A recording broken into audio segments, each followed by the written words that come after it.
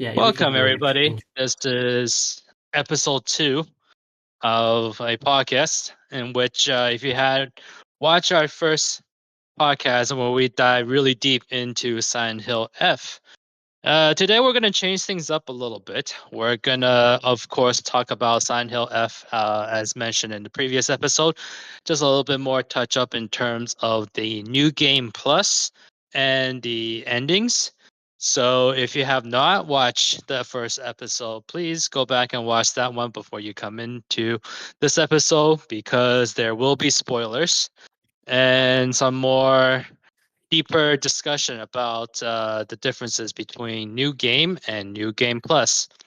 I'm joined today by Jason, and he will accompany me in terms of the endings.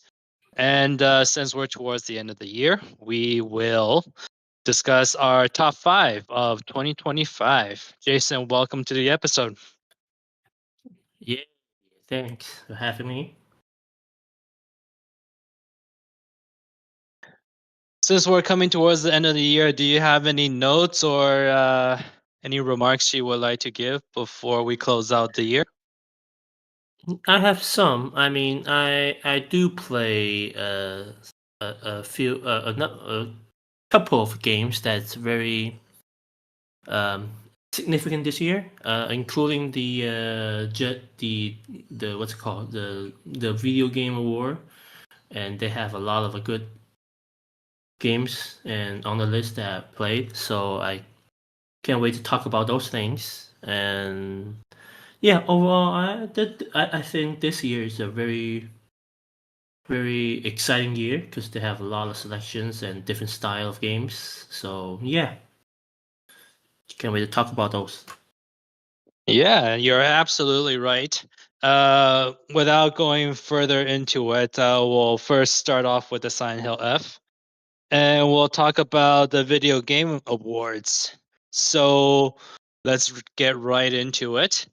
You have completed more endings for the Silent Hill F than I have, so I'll let you start off. What was your new game plus gameplay like for Silent Hill F? Uh, for me, the gameplay actually doesn't have that much difference. You're still going through the same route for like 70% of the game, and just tiny difference where you pick up this item instead of the other one, and you have to go through some different, but I wouldn't call it minor, but short different cutscenes and lores. And when you reach the last location, that's where the path branches, where you see clear difference in the storylines, that where Hinako will felt or and she will decide to go through. But other than the story lores, the gameplay actually doesn't have much difference. Except for the final boss, final scenes, that kind of stuff. So for me, it's I wouldn't call it a letdown, but I expected more of a difference in different like endings or route.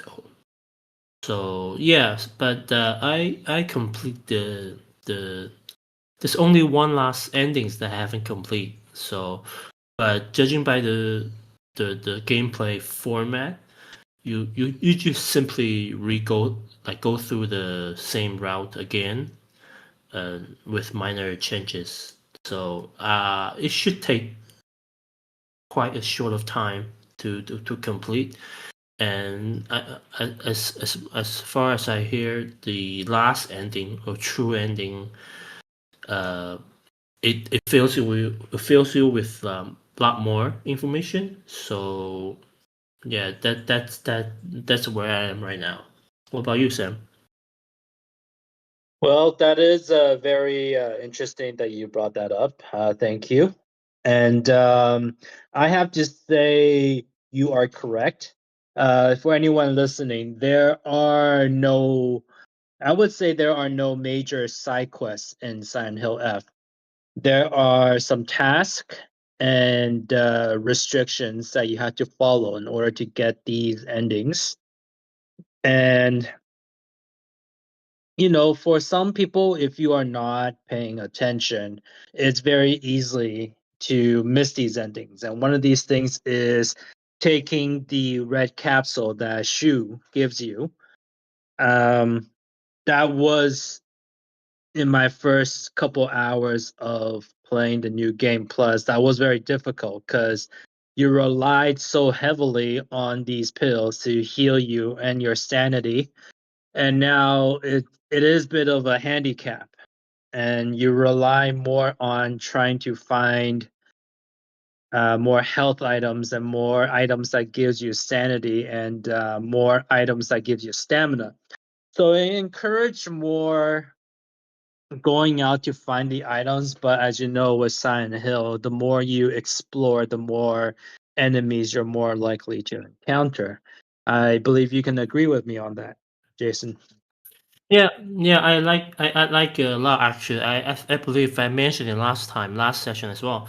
Like it's in storyline perspective, it's almost like taunting in front of you, like in the new game plus, like should you take the pills? Should you take the pills? Because you always take the pills, right? But it's like tame like what's it called? It's just like in the first ending you are reaching that outcome because of you taking the pills too much, and in the new game plus, in order to reach truer endings and stories, you have to stop yourself taking the pills, which is great. And also in gameplay wise, it sort of increase your difficulty without increasing it actually, because in the first half of the game you have to avoid those pills, so you have a lot less healing items in the first half, I believe. So I think the design is very good. It's very unique. It's also very Japanese. So Definitely, definitely. Now, out of the available, I guess these are considered minor health items. You have the rice cracker, you have the yokon, which is the red bean paste. Um, they don't come as often as they should, and being that they are able to be sacrificed at the altar, I believe a lot of our first gameplay we ended up sacrificing to be able to get the points to order to boost our stats up, or sacrifice the points for more charms. And I believe a lot of time that's what people end up doing. In between the rice cracker or the yokon, which one do you prefer? I I always save those food items, and I much prefer using the bondages, but I believe some of the charms which I rely on the new game plus, some of the charms that give you health back, like whenever you defeat an enemy or something. So I was more rely on those abilities instead of food items, which I always save for the boss scenes. Hmm. That is very interesting. For my second New Game Plus, I played on hard difficulty. Not the hardest, but hard nonetheless. And that means that the combat is less forgiving. Enemies hit harder.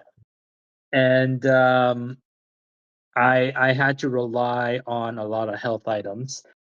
In terms I of see. charms, I mostly prioritize perma-stats as opposed to benefits where you kill an enemy and it gives you a little bit of health back. When you Yeah, play on hard mode, um, a little bit of an increase back in health doesn't really matter because the damage that they're able to do will just take out your bar completely. So I decided to go with stat boost instead. Uh, More following to your description of your gameplay. It's no secret that there's no additional things other than bring the items to the Jinzo statues. It's a minor distraction from focusing on the main game, but I do feel like it brings a lot more lore to the game compared to uh, your first playthrough. Could you explain a little bit more about how you felt about these things? yeah, the what's it called, Jizu or whatever, the sacrifice little temple thingy. It's mainly served as the New Game Plus lore, where you have to go through them in order to get to the new endings, new route. I felt fine with it's just that some of them, the ones on later chapters, where it require you to run like have a long run back in order to sacrifice or retrieve stuff. Gameplay wise, it's kind of, I understand it's there, so but I appreciate its what's it called, significance in the storylines, because in the underneath stories, it's normal, or it's makes sense that these little things scatter all around the town, because they all supposed to sort of protect or guarding the town, to story spoiler stuff. So I think it's alright. I mean, and also I think it makes sense that the last sacrifice maneuvers, that you have to go through a long run back in order to get the items that you have to have. So I think it's okay. It's not the big deal of the game. It only take you a few minutes to run back and then get the stuff. It you want to achieve the new game or new ending, right? So there's something you have to do. So I think it's fine. Exactly. I think the kind of things that you end up having to do in these kind of gameplays is quite a bit different compared to Silent Hill 2 Remake, in which it kind of dictates what kind of action you have to take. And I'll use one of these examples that I'm working on. I'm currently working on the Silent Hill 2 Remake Leave ending and the UFO ending. For the Silent Hill 2 Remake Leave ending, you have to do a multiple things like uh, uh, you have to examine Mary's items, and there's a few other things that you have to pay attention to, like listening to the whole message from Mary when you enter this hallway. There's also some other requirements which gives you points. You have to basically limit your time with Maria. And Silent Hill F is a big departure from that. It doesn't dictate what kind of things you have to do other than the red pill one, but it also introduced these statues. And let's not forget that you have to basically pick up the ancient sword. Um, the one where it kind of cuts off and split into two other endings is, on one case you have to purify the sword, and the other one you don't. And I think this is a very interesting take, and definitely tread more along the traditional Japanese folklore. And obviously, these two different endings leads to two different, very different boss fights. So I'll let you give your opinion on those boss fights, since you technically are the first one to encounter them. How did you feel about them, these different boss fights? The the boss fight. First of all, both of them looks much cooler than than the first boss, where when you take your first ending. Um, it's the cutscene and the story leading to it is also very cool. Especially where the one of the final scenes, you have two Hinakos facing each other. One of them, one you're supposed to control, and the other one's supposed to be your inner spirit, inner demons, that kind of stuff. And you didn't like in one of the new endings, you control that one, and the other endings you control the other one. So it's different. It changed your perspective and the characters you control. I think it's very cool, and it shows the inner struggle of Hinako's, where two different endings represented her two very different mindsets. Where one of them, she's agreeing and accepting her fate about getting married, and the other one, she's very much rebel and still holds on her own mindset of being, independent and that kind of stuff. I think the the narrative and the direction is very good, and it's kind of bumps me that it didn't even nominate it for the narratives in the video game award. So the two bosses are very, in terms of gameplay, is also very different in style. Uh, I just think it's pretty cool and pretty, like, it brings, like, in the game, it didn't introduce you that much of the sort of magic or supernatural elements in it, but in the later last 20 or 30%, it just suddenly, you know dumps a lot of magic supernatural elements, and sort of the makes the story underneath surface, so you understand that it's not that, it's this. So it's very much Higurashi. I would say again, it's very much Higurashi, where you think the story is this one. Oh, actually, is this. So I think it's pretty cool. All in all, it's very good boss design. And I heard the last two endings, you are supposed to fight them both, something like that. So just can't wait to get to true endings. Absolutely. If you are someone who is in the mindset of 100% completing the game or platinum, right?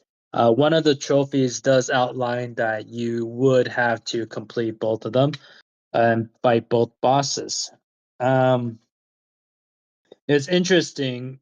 I ended up getting the ending in which Hinako ends up marrying the fox mask, and her face, or at least the skin of her face, which quite honestly has a very disturbing uh, ending to it, if I have to say that. I don't really see it as a negative ending, even though that's what a lot of the community online are depicting. But the skin is basically still very terrified of being married off and terrified that her marriage life is going to wind up like how her mother ended up marrying her father. Again, very deep, significant meaning. For that ending's boss, I don't really know the name of it, but it is in the design is of the Tengu, which is a Japanese god of the forest. I enjoyed the boss battle quite a bit. I did have a few issues leading to that boss fight, in which the game actually doesn't tell you you are not fighting as a Hinako that basically save all the weapons, and I hoarded a lot of weapons hoping for this fight. And as it turns out, spoilers warning, you are actually fighting as the wolf, or sorry, the fox Hinako. And that, if you have played Silent Hill F, you know that that is a completely different gameplay. And the way you have to strategize and move about is completely different than compared to using a Hinako that's using weapons, since weapon itself has a light and heavy. Um, I also did not like the fact that Shu was dragged into the Tengu body. It is a nice concept. I really do enjoy it because Shu does show up at the end of these two endings. Did I like the fact that Shu got absorbed into the Tengu and you're fighting him? It's a bit of a anime cliche. It's definitely a nice touch, but I kind of felt like Shu's appearance and it hinders the boss fight. If you pay attention to the boss fight, Shu does kind of stop the boss fight from moving about. You know, some of the move sets, it kind of stops the boss, which is really nice. This doesn't make the boss battle any easier, but it's more of a plot device, which again I can see where the developer is coming from. It's a nice touch.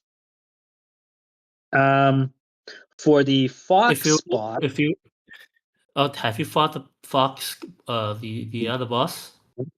yes, I have. I have gone both endings and fought both of them. For the fox Ah, battle, it was more interesting because that boss is fast.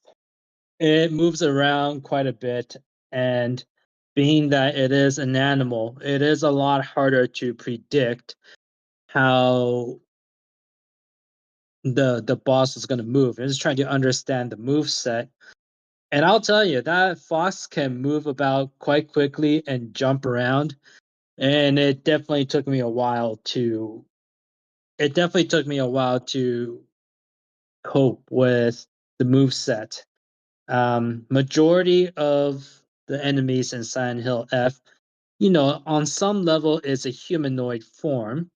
And when you can see an arm or something swinging, you have the instinct to just dodge. And with this fox boss, it was really difficult to figure out what it was going to do.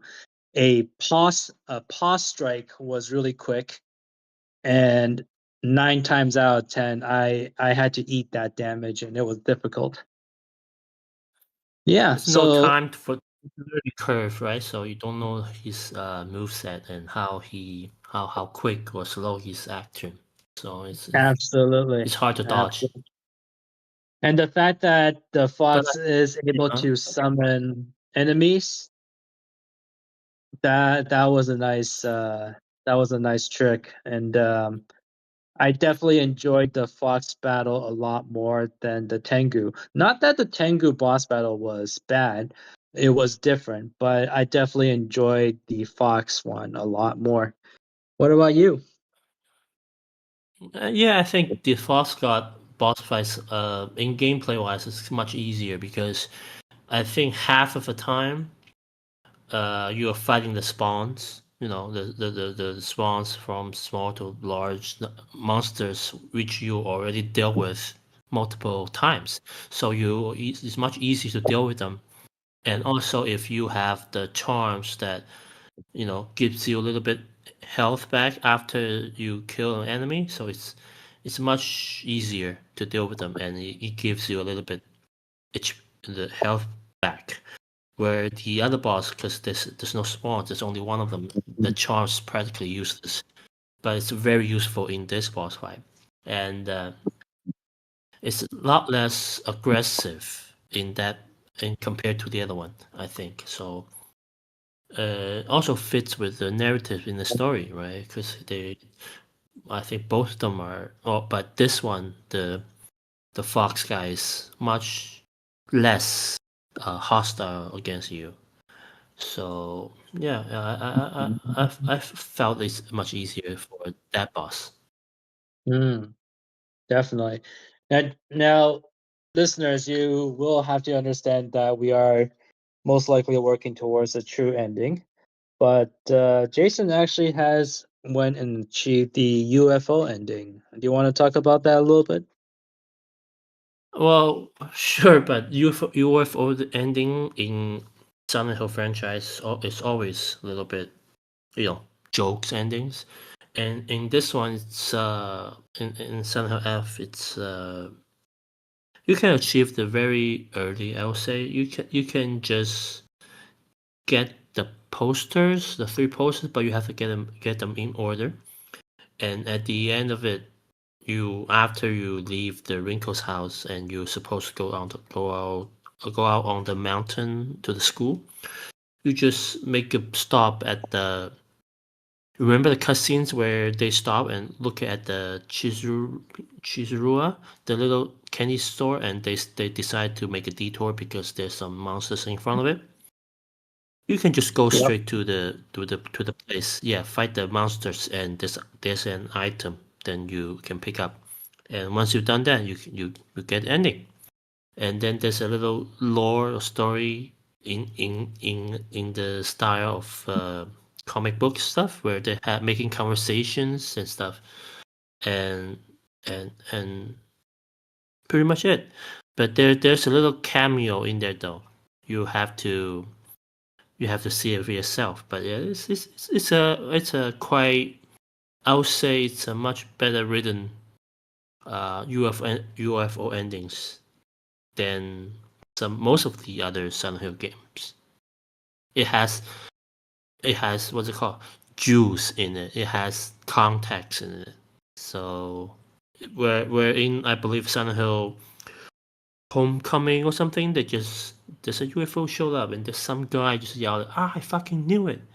That's it. So it doesn't really have much stuff in it. In Silent Hill F, it at least have a story written for it. So I think it's pretty cool. It's pretty cool. Have you achieved that one? Yeah.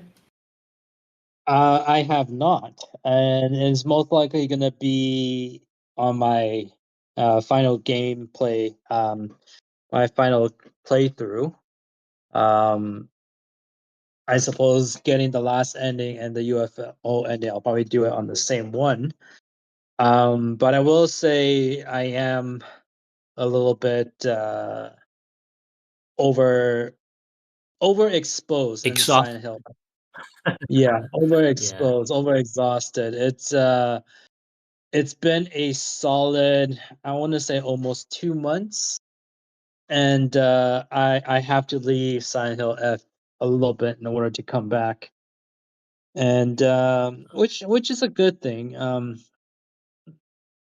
Depending on what kind of person you are, I like longevities for games. So the fact that there are new game plus and new things for you to kind of strive for, new bosses, always makes me want to hold on to the games a little bit longer than most. Um, yeah, so that's definitely something on my radar. And just to add a little bit more context to the UFO ending, for those who have still not played Silent Hill F, and I don't know why you haven't. The UFO ending has a little bit more importance to the story. Spoilers for anyone who hasn't played Silent Hill F. Hinako and Shu are, when they were playing as a child, they are in the UFO kind of defender army. So it is incorporated into the lore. It is an important factor for Hinako and Shu's relationship. And the fact that it can tie into the UFO ending, I feel, is really, really significant, really important. And there's always this fear about how when a series takes a new direction, especially with Silent Hill F setting in Japan and completely different from its main source, it's nice to know that the developers and Konami themselves still make sure that as significant as a UFO ending, even though it's considered joke ending, it's still part of the lore, is still make what Silent Hill Silent Hill. And I really appreciate stuff like that. Speaking of which, do you know that the game developers for Silent Hill F is in Taiwan? I actually didn't know. I have watched a few behind the scenes videos that they have posted on YouTube, but I didn't know where they were located. I was more focused on like how they, I guess how they, you know, set up the motion capture, the plot, the reasoning for it. So it was a very interesting take. And the fact that they're able to show the actress portraying the movements for the video game was also really nice. And for those of you who are wondering, the actress who plays Hinako actually is doing a playthrough herself on YouTube. So feel free to go check it out. It's Which I watched a few clips yeah, here which and there. pop up pretty big. Yeah, yeah, Yeah, it pops up it's pretty big because she's a new gamer and she never played video games before, and the way that her reaction is quite funny, quite genuine, and then she's very yeah, cute. So yeah, Konatsu definitely very Tato, that's her entertaining. name. Yeah, definitely very entertaining. We're gonna pivot now a little bit towards the Video Game Awards, since it happened not too long ago, and I personally have watched most of the Video Game Awards, but Jason here actually has played one of the main game that has been nominated and won pretty much almost all the awards that it was nominated for. So I'm gonna The pass sweep. it to Jason. Yes. So Jason, what is this game? Well, everybody knows this game by now, Expedition 33. And before I go into that, I just felt that first of all, in the major category, the Game of the Year, I I actually play half of them. I played Death Stranding 2 in the earlier of the year, and I played Silk Song, which comes out relatively close. And I didn't know the hype or the buzz is about Expedition 33 until like last month, and I was a strong belief that either Death Stranding 2 or Silk Song should won the award, but because of the buzz is so hype, I have to see what's the things about Expedition 33. And after I believe like 20 something hours where I believe I was the end or near the end of Act 2, I I understand why they gave this award to Expedition 33. And I understand why the Game Award, you know, handed almost everything to this game. I just wish they leave some awards to both Silk Song or Death Stranding 2 or even some to Silent Hill F. I felt this year they have a lot more great games compared to last year, and all of them are very unique in their own way. Uh, I just felt that at least Silent Hill F should have a few more nomination, and yeah, I just think that they can give out some of them to other games instead of a sweep and hoarding all the awards. But nonetheless, Expedition 33 deserves its hype, and I think it much definitely deserved Game of the Year this year. So yeah. What about you? Now, can you tell us a little bit more about this Clear Obscure Expedition 33? A lot of the focus and the buzz is the fact that this is a return to form for turn-based. Now, this is going to take us over a decade back to our younger years where we have experienced said turn-based combat in a RPG or JRPG for that matter in the form of Final Fantasy X. And I have myself played other turn-based RPGs since Final Fantasy X. Persona 5 was a really big one, so was Persona 3.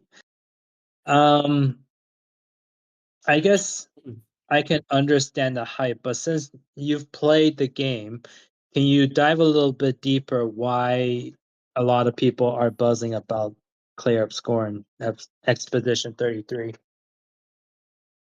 Yeah, of course. I mean, I'm no expert in that one. I haven't finished the game, but I believe the first thing that caught people's eye is the story and its style.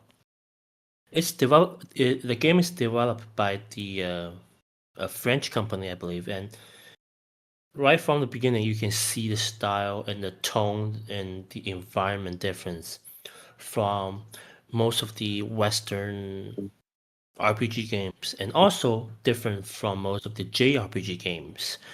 Like uh, the tone, I believe it's a big difference.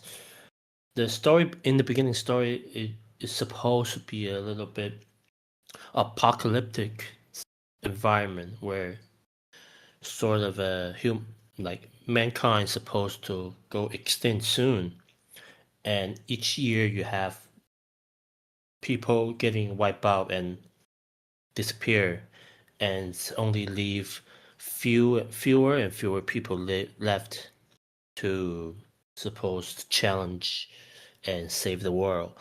But the tone and the environment doesn't show you that. It's very much French, where it sort of almost always romanticize things, where make things look beautiful and very artsy, where to sort of mask the horror and the struggle or in the despair of the situation, where even when people are going to face their demise, then face their disappearance, people dress up and sing and dance and celebrate and holding their loved ones tight while facing these death sentence basically. So right at the beginning, you can see the tones very different, and the art style is also very. I don't know the word French or French is related to, but it's very much a fantasized world, and it's just different. It's just very different, and I believe the story is the one that hook like many people. And in terms of the battle, the gameplay system, I understand, but I kind of felt I have different opinions. Not about the system, but people always say that it's sort of like a going to retro or going back to the turn-based games. I think turn-based games still exist everywhere. It doesn't it never shows you in the mainstream Western game circle. Uh, like what's the- hold on, what's the name of the thing? Honkai Star Rail, a gacha game made by MiHoYo. The same company made Genshin Impact. That game is turn based. It has a little bit difference in according what's it called? Like the flow is different, where you have to sometimes input stuff other than the traditional control. But that game is a turn-based game, so like people still play turn-based games. So I don't know why a lot of haters in the community says turn-based game sucks and nobody play turn-based game anymore, which is kind of absurd. It still has a lot of fans and audience for that kind of game. It just never shows up in the Western circle because it always have like Elden Ring or Bloodborne, that kind of action, and it still has a this decent fan base, I believe. Yeah. Yeah, I do agree with you, and I do have some hot takes for Clear Obscure. Um, I find it really difficult, and again, this is just one man's opinion. I could be totally wrong. I don't want to cement my opinion on the game since I haven't played it, and my opinion is subject to change. But I have a very difficult time differentiating between Clear Obscure and Final Fantasy X because the plots and the imagery I find is quite similar. You have both of them set in a world is ending and a small band of heroes trying to stop the world from ending.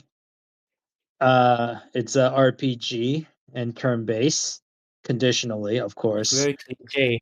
It's very Yeah. cliche. So Final Fantasy X when it came out, or Final Fantasy X when it came out, it was very beloved, and perhaps because we haven't had a JRPG or RPG like that for quite a few decades, and that's why I'm guessing Clear Obscure is getting a lot of praises. And being that they're not affiliated with any big name publishers and whatnot, and indie, I guess it makes them more of a, oh my god, this game did so well, so on, with a limited budget and no one behind them to back them. I can see the hype. I can, and I'm happy for them, and they deserve quite a bit of recognition. But I definitely don't think that they should have swept pretty much all the awards that they got. And I'm sure they worked really hard on the game. I watched a bit of the development history that they have made in their speeches, and it is a labor of love. I do understand that, but I don't think it was original enough to the point where it was like, oh my god, this is a brand new thing that we've never had anything like this. This is pretty much a European version of Final Fantasy X or Final Fantasy X, give or take.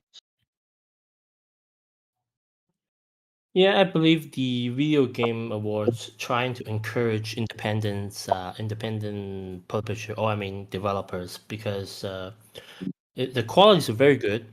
But compared to, well, I would say Silk Song or Death Stranding 2, which both the studio or both developers are already famous or already developed, so they want to give it to encourage and promote and support another big potential uh, independent developers. I understand that. I understand that.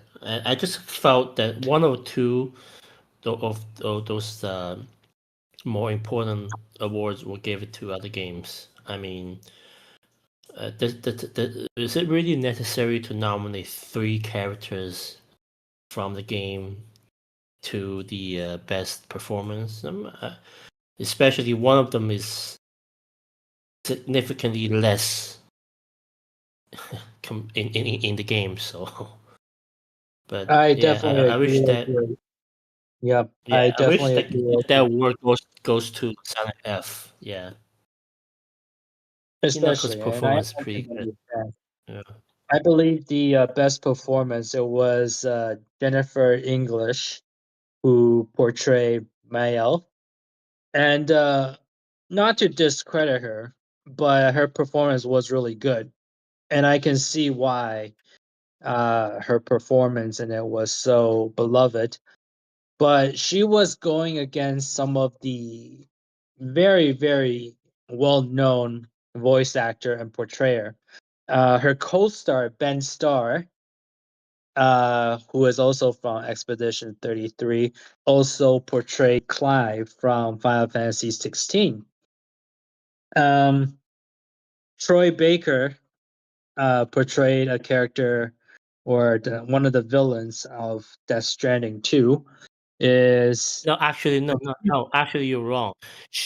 Troy Baker was nominated for Indiana Jones. oh sorry, Indiana Jones. That's right. Yeah, But he was he also he wasn't even nominated for the Death Stranding 2, which is weird because his performance in Death Stranding 2 is much better, much different. But I yeah, you're haven't right. played Indiana Jones. No. That one actually is very interesting. But again, Troy Baker has been around in the industry for so long. So Yeah. it could be very biased. Again, we're not sure. Again, we're not discrediting Jennifer English's performance. I Yeah, think a lot of it all of is them are very good performance. Yeah, all of them are yep, very good. absolutely. But I can't help but think that this is one of those situations where they're trying to cater to the more open audience, where they are giving it to Open someone audience. like Jennifer. Yeah, are they catering Yeah. it to a more Don't get us canceled. LGBT? Don't get us canceled. I Don't get think canceled. I don't care at this point. The video game thing is so diverse, and if you Yeah. can't, if the viewers or the listeners can't handle honesty, then I feel like impartial. We're kind of catering to this thing in which um, it's political correctness at its finest, and I can't help but thinking that the awards were trying to cater to more of a more open audience in which they may have gave Jennifer English the award. And again, and I'm not discrediting. I again haven't played the game. I saw a glimpse of some of the performance that she did, and they were really good. I'm not discrediting her work, but when she's up against someone like again Troy Baker and Ben Starr, you really have to kind of put in perspective, like again, like you have mentioned, Ben Starr was also from Expedition 33, and it is a wonder why he didn't win. It's not like he played a small part of it, but Oh, I it know is definitely. exactly why he didn't win. I know exactly Jennifer English won. Oh yeah, and what's your take on it?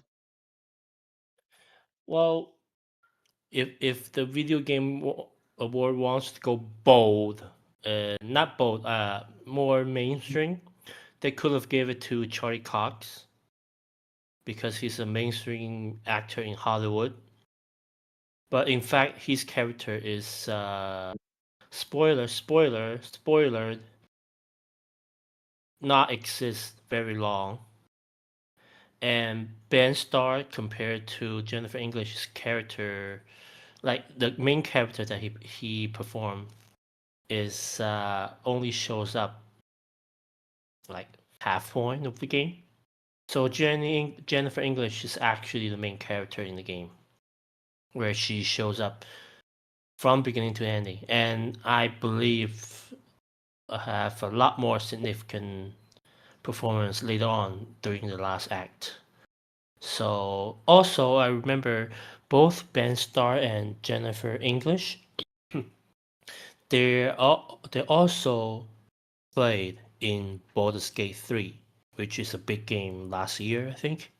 So they tried to ride this hype thing and promote new. I would say promote some of the voice actors to superstar status, like Troy Baker. Troy Baker was very popular and significant figure in the video game voice acting scene. So, but they can't keep nominating him forever. They have to have push out some new popular figures. So I figured Jennifer English fits, and also she's recently turned lesbian. So that's pretty much it. I wish they gave it to Konatsu Kato, but Western things, they don't really much care Recognize about Japanese the or Asian. Japanese talent. Yeah. Yeah, no, I Why completely why she understand. want? I can understand. I can understand her language. Why she want? That kind of thing. I get it. And I don't understand what she's yelling about. albeit, it doesn't really matter once again what the scenario is. Again, we could probably have a discussion until we're blue in the face about why we think certain voice actor is deserving and whatnot. Not to discredit anybody or the characters that they portray or whatever their previous work ethic is like and what have you. It feels a bit like a plant. And again, not to discredit, I haven't played, but it feels like a bit of a cop out. And you know, it's Well, yeah. it The definitely thing. isn't something that is new. You know, they are trying to reach a broader audience, and again, I'm either going to be one of the only person that have this opinion, or I'm going to be one of few. And it's you kind of have to look at this from all sides of the thing, and it's good that you're trying to promote brand new artists, which is something that I believe in. But it's also, I believe, you can't discredit other people's, I guess, line of work. I mean, Troy Baker doing the James Bond and also Death Stranding 2. I mean, like you said, Death Stranding 2 didn't even get a recognition for Troy Baker's involvement in it. So it's it's tough and it's weird, and people will have their Yeah, opinion. it's super weird. Why his performance in Death Stranding 2 playing Higgs, basically a Joker character, is not in the nomination. But I heard it from somewhere that uh basically this awards not only on video games but in music or movie or whatnot. You, I think the gold standards just getting nominated. It shows you the top selections and top projects in this year. So basically, if you get nominated, it should mean some degree of success.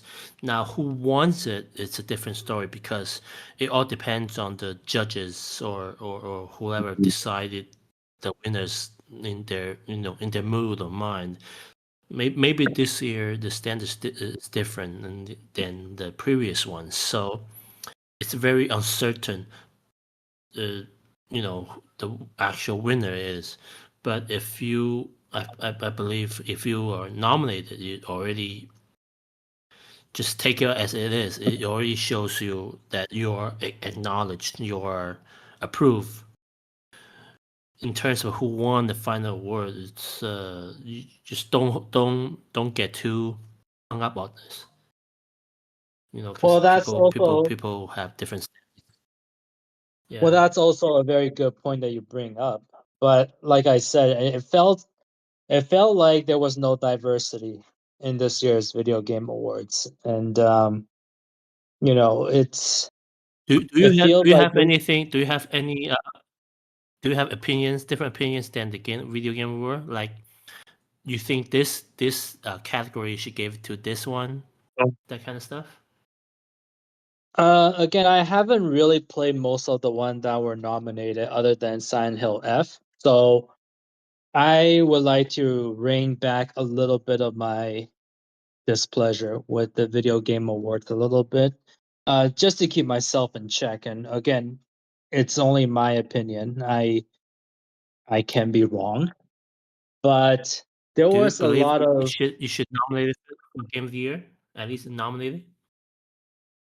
Well, there was an award where Silent Hill F was nominated, and I think it was the award for best sound effect, or is it best Narrative, atmospheric? sound effect, performance, and narrative. I believe these only three. Yeah, and I believe Battlefield 6 was the one that won it, which wow. That's bull That crap. Bull crap. Any that other is nominees probably deserve the more. most that was probably the biggest miss I've seen, because again, I'm not discrediting Battlefield 6 to incorporate gunshots and explosions and to immerse Yeah, players in a bombs war, and and whatever. Yeah, it's definitely an that's bull impressive crap. feat, don't get me wrong.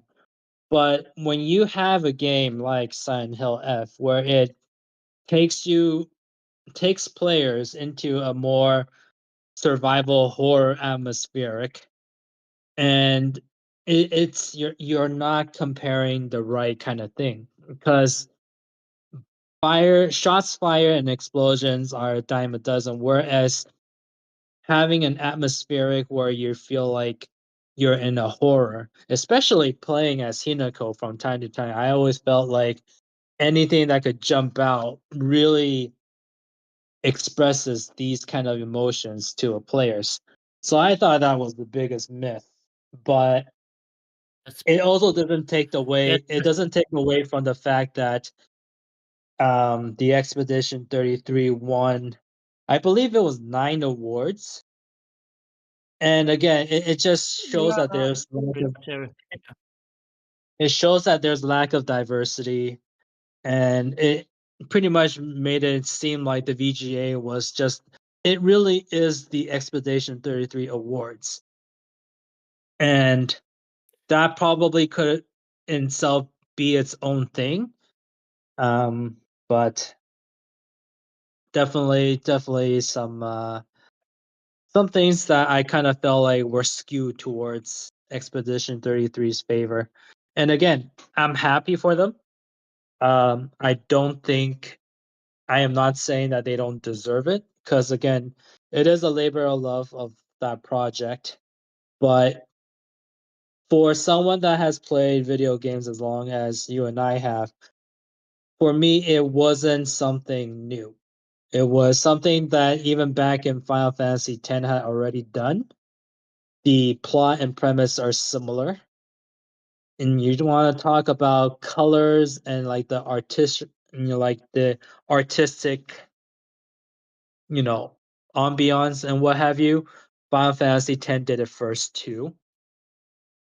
So yeah, I either people who are around our age group either grew out of video gaming. Um, I can't say this is like, oh my god, this is the best thing in like almost half a century in which this is the game. I feel like it definitely get a lot of praises this year, but to sweep so many other valid entries, I definitely don't think it had that. But again, Yeah, I that's believe as well. that's my Yeah, my opinion's almost the same. Like it's not that they didn't deserve the award. I just felt that in some of the categories they don't have to have it. Like the most controversial one is that they won but best independent games and also best independent debut games, which is which is the most controversial one because even though they have like a relatively smaller group, 33 people working in their studio, they have a lot of outsourced work, like 100 something people, that they hire them to do other stuff. So does it really categorize as independent games? So people argue about it because. There are other games that actually have smaller numbers of staff working on it. So they felt that they deserve more for like you want to encourage independent, right? Independent development and smaller group people. They felt they should want those things, and also I just felt that even though I believe Expedition 33 deserved the Game of the Year and maybe some of the other major games like game directions, in some of the categories they could give it something. They could, like, for example, in my take, best game narrative. I felt Silent Hill F should won that one because the narrative is very unique and doesn't it's unlike any other games.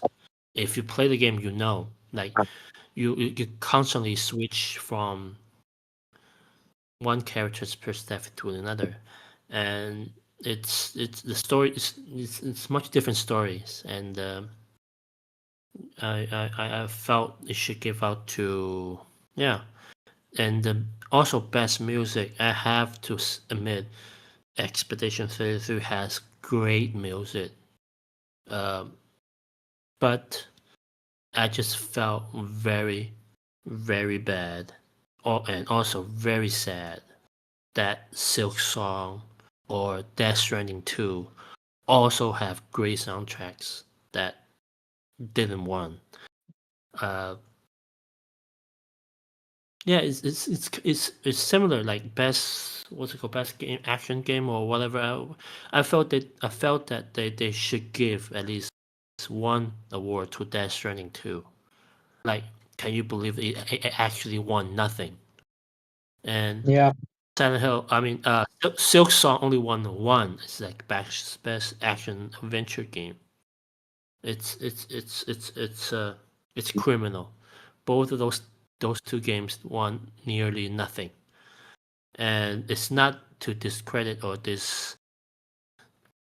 to put down Expedition 33. I just felt it's not on their fault. I believe it's on the video game awards responsibility. But yeah. Yeah. And keep in mind again to our listeners here, I am in the future going to try and if I can actually find a copy of Expedition 33. I am looking forward to playing that in the future. Um, I don't want most of on our conversation on to sound on next where Black Friday or something, right? On sales when they on with retailing on sales. I got it on sales. So yeah, I don't have a timeline for it. Um, since it's so recognized, something like this, I'm not afraid that it's gonna, be completely difficult to find. I myself am more of a physical game kind of thing. So if I do see it out in the wild, I will pick up a copy. I will sit down and play it. And again, where this episode is not us trying to trash Expedition 33. It's actually quite the opposite. oh, it's a I great game. It's a believe great that game. It should I won the best game this year, but yeah. I believe that recognition is important, but at the same time, when it's overtaking other entries that are also as qualified, it shouldn't be like that. But um, you're not here to listen to us about our disappointment with the VGA.